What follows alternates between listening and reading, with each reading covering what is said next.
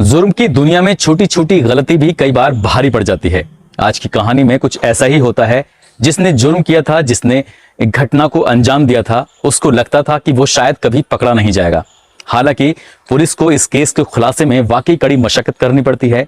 जिसने इस घटना को अंजाम दिया था, कातिल, वो उसकी मैयत में भी साथ रहा है, उसको दफनाने में भी साथ रहा है, उसके हर सुख में दुख में जो भी वो काम हो रहे थे वो लोगों की नजरों में था, लेकिन किसी को पता नहीं था कि यही असली आरोपी है। जब पुलिस लगभग 23 दिन के बाद इस घटना का खुलासा करती है तो उस इलाके के लोग इतना खुश होते हैं पुलिस की कार्यप्रणाली को लेकर कि पुलिस का पुष्प वर्षा के साथ स्वागत करते हैं और धन्यवाद देते हैं कि पुलिस ने जो केस का खुलासा किया है, उन्हें डर लग रहा था कहीं ऐसा ना हो कि कोई बेकसूर आदमी सलाखों के पीछे पहुंच जाए।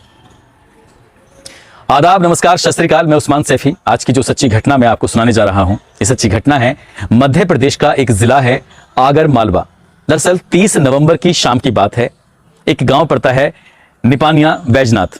यहां एक घर है। एक घर के अंदर हस्बैंड वाइफ, मतलब पति और पत्नी, और उनके 4 बच्चे रहते हैं। इसकी जो पत्नी है, जिसका नाम रानी है, रानी बड़ा खुश है क्योंकि उसकी छोटी बहन की गोद भराई का प्रोग्राम गांव गंगानगर में होने वाला है। वो अपने पति से कहती है कि तुम भी हमारे साथ चलो। कल जरीन खान की गोद भराई है। बड़ी खुश थी बच्चों को लेकर, पति को लेकर, क्योंकि एक प्रोग्राम में जा रहे थे शामिल होने के लिए। मगर उसका पति जो नूर मोहम्मद है, वो साफ इनकार कर देता है। कहता है कि मुझे यहीं रहना है, तुम चले जाओ। 30 नवंबर को ये लोग सीधा गंगानगर पहुंच जाते हैं और गंगानगर में उस प्रोग्राम में 1 दिसंबर को शामिल होते हैं। एक तरफ धूमधाम से प्रोग्राम हो रहा था, सब लोग शामिल हो रहे थे। दूसरी तरफ रात को किसी वक्त किसी ने इस घर में घुसता है और नूर मोहम्मद की गर्दन पर धारदार हथियार से वार कर देता है। और एक के बाद एक इतने वार किए जाते हैं कि जब तक कि नूर मोहम्मद की मौत नहीं हो जाती, जब तक नूर मोहम्मद मर नहीं जाता, तब तक वो व्यक्ति, वो कातिल उस घर में जमा रहता है। इसके बाद कत्ल को अंजाम दे दिया जाता है। 2 दिसंबर आता है और 2 दिसंबर के बाद उसकी पत्नी रानी अपनी मायके से 4 बच्चों के साथ जैसे ही घर के अंदर प्रवेश करती है, लगभग सुबह के 10 बजे के आसपास का वाकया था। दरवाजा खुला हुआ है। अंदर जब घुसती है तो नूर मोहम्मद खून से लथपथ पड़ा हुआ था। ये देखकर उसकी चीख निकल जाती है और बहुत जोर जोर से चीखने लगती है, चिल्लाने लगती है। लोगों को लग रहा था कि अभी तो ये अपनी मायके से आई है, इसे खुशी मनानी चाहिए थी, ये रो क्यों रही है, चिल्ला क्यों रही है। उसकी चीख पुकार सुनने के बाद जो आसपास के लोग हैं, सैकड़ों की संख्या में घर में इकट्ठा हो जाते हैं और वो दृश्य देखने के बाद हर किसी की आंखें खुली की खुली रह जाती हैं। तभी पुलिस को फोन किया जाता है। पुलिस मौके पर पहुंचती है और पुलिस ने हर संभव प्रयास किया यहां से, चाहे वो फॉरेंसिक टीम हो, चाहे वो डॉग स्क्वाड हो, चाहे वो क्राइम ब्रांच हो, तमाम यूनिट पुलिस की यहां मौके पर आते हैं और उस कातिल को तलाश करने के लिए, उस आखिरी सुराग को तलाश करने की तमाम कोशिशें करती हैं। मगर पुलिस को कुछ भी नहीं मिलता है। पुलिस खाली हाथ थी और इस व्यक्ति का, मरने वाले का, जिसका नाम है नूर मोहम्मद, उम्र लगभग उसकी 40 साल के आसपास है। उसका पोस्टमार्टम कराया जाता है और पोस्टमार्टम कराने के बाद पुलिस को यह पता चलता है कि किसी मारने वाले ने धारदार हथियार से उसकी गर्दन पर और उसके शरीर पर एक के बाद एक कई वार किए थे। अब कातिल कौन है और क्यों मारा गया है, पुलिस इस मामले की पड़ताल में जुट जाती है। घर में फोरेंसिक टीम को कोई भी ऐसा फिंगरप्रिंट नहीं मिलता जिसके आधार पर यह कहा जा सकता है कि कोई बाहर का व्यक्ति आया है या फिर किसी ने लूट के इरादे से या किसी अन्य इरादे से इस व्यक्ति का कत्ल किया है। पुलिस यहाँ की जो एसपी हैं राकेश सागर, जो कि इस मामले को बहुत ही गंभीरता से ले रहे थे और गंभीरता से लेने के बाद उस इलाके के लोगों से कहते हैं कि बस मुझे थोड़ा वक्त चाहिए और मैं असली आरोपी, असली कातिल तक पहुंच जाऊंगा। लोगों में इस घटना को लेकर बेहद गुस्सा है। सैकड़ों की तादाद में लोग गुस्सा हो रहे हैं, नाराज हो रहे हैं और पुलिस पर एक ही बात कहते हैं कि जो भी कातिल है उसको जल्द से जल्द गिरफ्तार कर लिया जाए, नहीं तो हमें सड़कों पर उतरने के लिए मजबूर होना पड़ेगा। इसके लिए 4 टीमें बनाई जाती हैं और 4 टीम बनाने के बाद जब इस मामले की जांच पड़ताल की जाती है तो पता चलता है कि नूर मोहम्मद की जो ये पत्नी है रानी, वो तीसरे नंबर की है। यानी कि इससे पहले भी इसकी 2 शादियां और हो चुकी हैं। उन पत्नियों के बारे में पता किया जाता है तो वो वेल सेटल्ड हैं।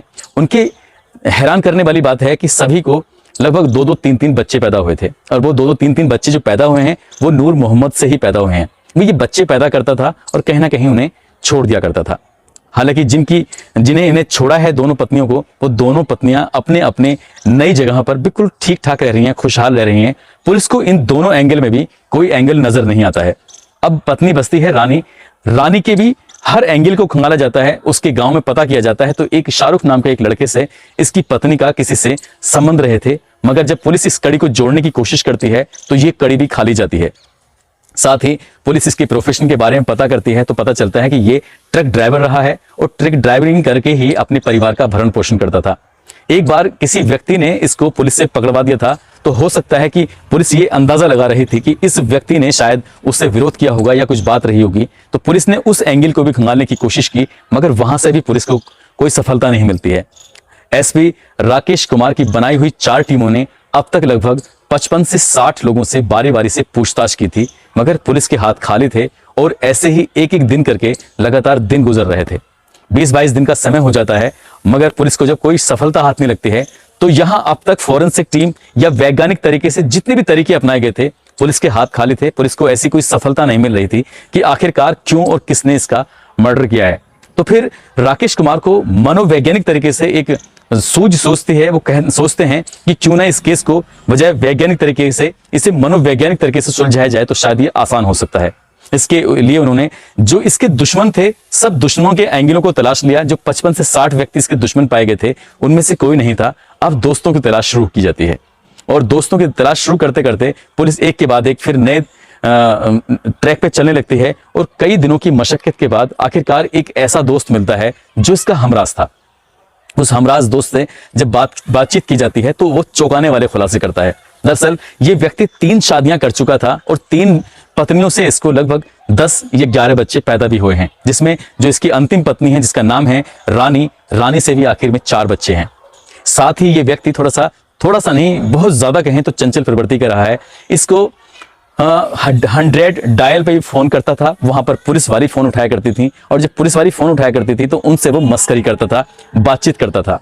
कई बार पुलिस वाली इसके फोन को काट दिया करती थी। इस तरह के लगभग 30 कॉल पाए गए थे इसके पास। जब पुलिस इस मामले की लगभग 1-1.5 साल से जब जांच पड़ताल में जुटी हुई थी, इसकी CDR निकलवा जाती है, तो उसमें लगभग 30 बार इसने 100 नंबर पर फोन किया था और उसमें ये पता चलता है कि सिर्फ ये मस्करी के लिए फोन करता था, उनसे चटकारे वाली बातें करने के लिए फोन करता था।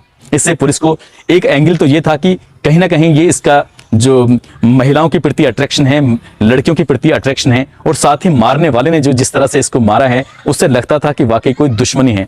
जब उस दोस्त से पूछताछ की जा रही थी तो एक एक करके बात निकल के आती है और बात निकल के आती है रानी की छोटी बहन है जिसका नाम है जरीन खान। दरअसल जरीन खान से भी इसके संबंध बताए जा रहे थे। पुलिस ने जब जरीन खान वाले एंगल को तलाशने की कोशिश की तो हैरान करने वाली बात यह है कि जरीन खान से उसके संबंध थे जरूर, मगर ये बात ना उसकी पत्नी जानती थी और ना ही उसके ससुराल में जानते थे। जब लॉकडाउन का समय चल रहा था तो उन दोनों ये नूर मोहम्मद अपने ससुराल में घर जमाई की हैसियत से रह रहा था और वहीं रहते रहते इसने अपनी साली उसके साथ इसने शारीरिक संबंध बनाए थे, वो भी एक बार नहीं न जाने कितनी बार बनाए थे।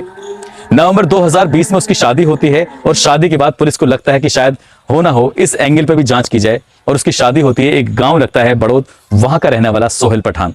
पुलिस सोहेल पठान तक जाती है। सोहेल पठान को पूछताछ के लिए जब हिरासत में लेती है, ये सोहेल पठान कोई और नहीं बल्कि इसका साड़ू है, जो कि इसके मरने के बाद इसकी मैयत को नहलाने से लेकर मैयत को कब्रिस्तान तक ले जाने वाली बात हो या दफन करने वाली बात हो, वो हर दुख में उसने साथ भागीदारी निभाई थी। साथ ही उसने जितने घर के करीबी लोगों ने इसके मरने पर आंसू बहाए थे, उतने ही आंसू इस सोहेल पठान ने भी बहाए थे।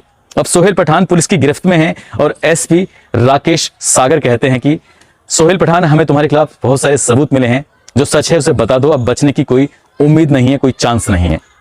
जब सोहेल पठान के सामने ये बात करते हैं तो सोहेल पठान एक बार को यकायक घबरा जाता है, परेशान हो जाता है। वो सोचता है कि मैंने क्राइम तो बहुत परफेक्ट तरीके से किया था, आखिरकार ऐसा कौन सा सबूत है जो मैं छोड़ चुका था।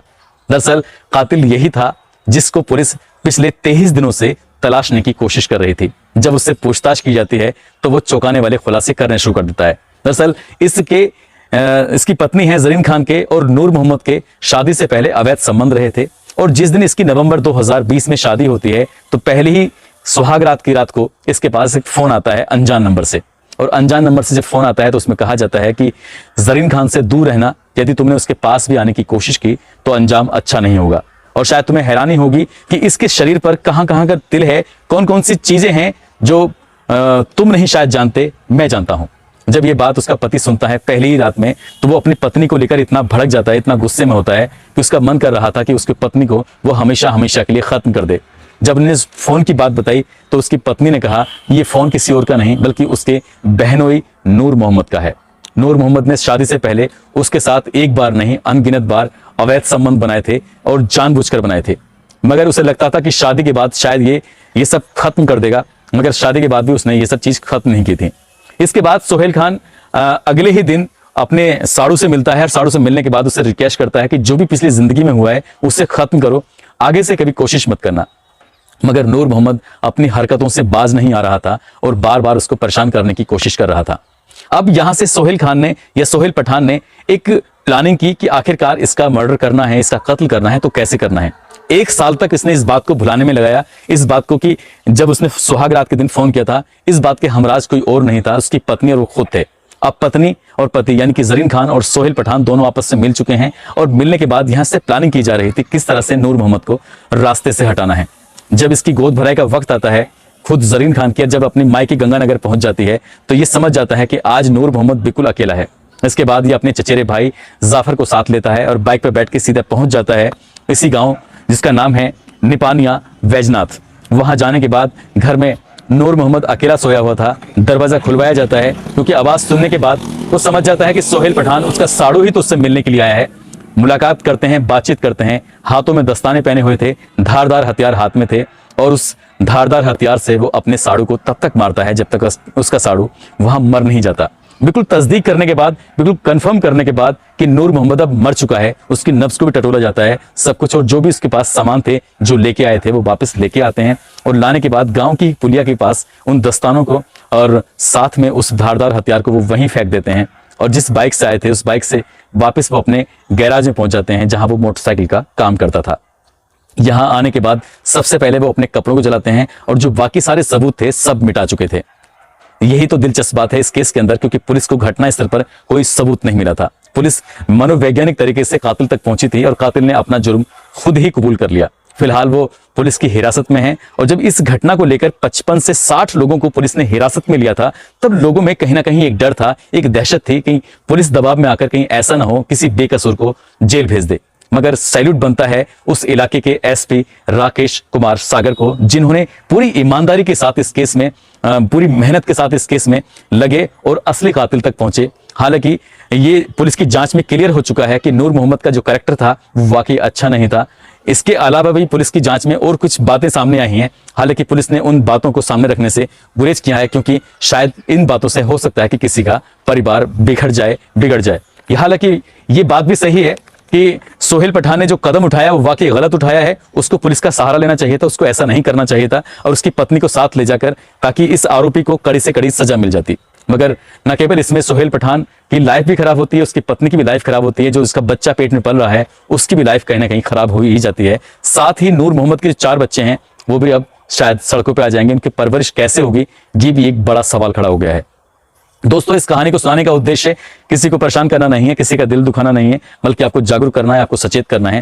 आपको बताते चलें कि आज बड़ा दिन है, यानी कि क्रिसमस डे है। आप सभी को क्रिसमस डे की हार्दिक शुभकामनाएं। साथ ही हमारे कुछ साथी हैं जिन्होंने मैसेज किया था कि आज उनका जन्मदिन है, 25 दिसंबर को बड़े दिन में उनका जन्मदिन है। ये दिल्ली की रहने वाली है तमन्ना परवीन।